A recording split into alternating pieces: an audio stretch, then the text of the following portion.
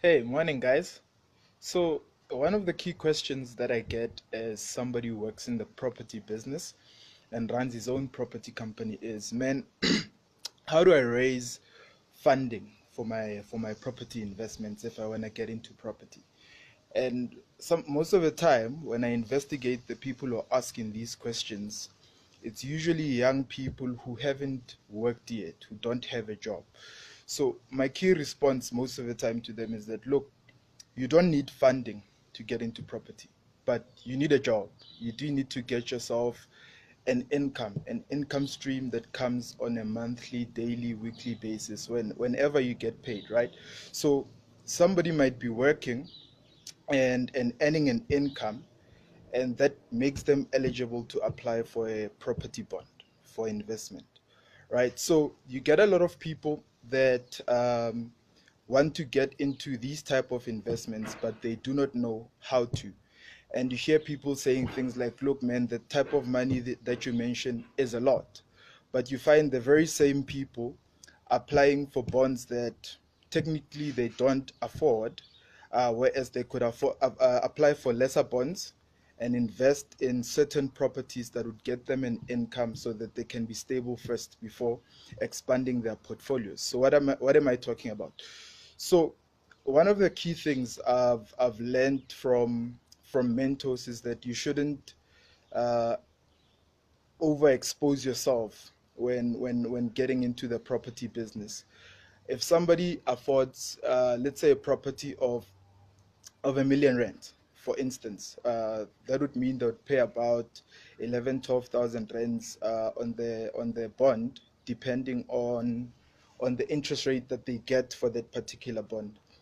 But what they usually tell me is that when somebody affords that type of a bond, they shouldn't buy that type of property if they want to invest. You'd rather opt to buy something half the price. So say 500,000 or 700,000 rands, and you have a little bit of a buffer, say 500,000 rands left on the amount that you afford for a bond, so that you can use for additional investments. So say for instance somebody decides that I'm going to buy a property and I qualify for 1 million, and they decide that I'm going to look for something worth 400,000 rands, and they buy that and they're left with about 600,000 rands worth of a bond. So that allows them to now buy their second property. Even after 6 months to a year, they can go out and get that particular property and add to their portfolio. But what I've seen is that you've actually got to start where you are. So a lot of people look at other people that have built their portfolios over time, and they want to do what they have done or what they are doing at that moment. Like for instance, myself, when I started, I would look at my mentors and say, look, I want to do the same thing. But they would always advise me to start where I am, right? And not go for the big stuff yet. You start with the small stuff, invest in the little stuff, get to know what's going on in that particular space, and then once you've mastered a property worth 500,000, then you move on to your next one, and then and then your next one, and then your next one. That way you're learning how to do things on the ground level, so which qualifies you to now later do bigger projects in the future. So what a lot of people do as well is that we all want to flock to Gauteng, uh, because we think that that's where the money is, and not all of us earn enough money to get bonds in these type of areas, right? You find people earning 3.5, 5,000, 10,000, 30,000. We earn different amounts, but there are opportunities for everybody in the market, right? I was talking to my grandmother the other day, and she was telling me of stands that are available. And then in an area we come from called Klepgat, stands were going for about 5,000 rands, 10,000 rands. And she was saying to me, look, people are selling properties at this particular amount, stands, right?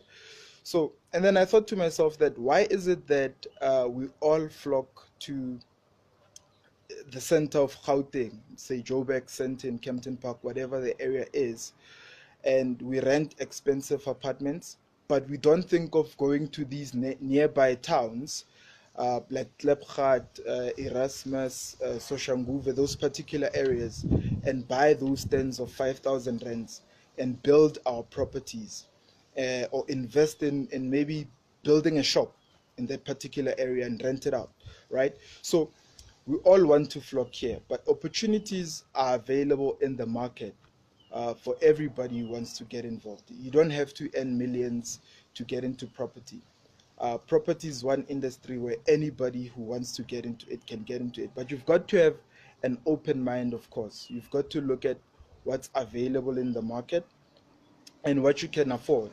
And right, and always have a buffer, of course. So if like I said, if I qualify for a bond of 1 million, I would rather buy a house or a property worth 500,000.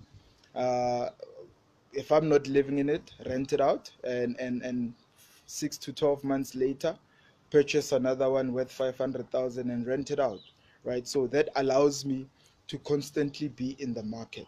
So that's how you build a portfolio. You don't start with the millions. You start where you are. You start on what you can earn. If you earn 10 grand, start there. If you earn 5,000, start there, right? So the biggest temptation is also to compare yourself with other people. So when building a portfolio, let's look into starting where we are. It goes with anything else in life. So, but remember, this is not financial advice. Whenever you're doing investments, you've got to seek the advice of financial experts. I'm not a financial expert. I'm just sharing my experience as somebody who is in the property industry and who's learning from mentors who've done it thousands and thousands of time over.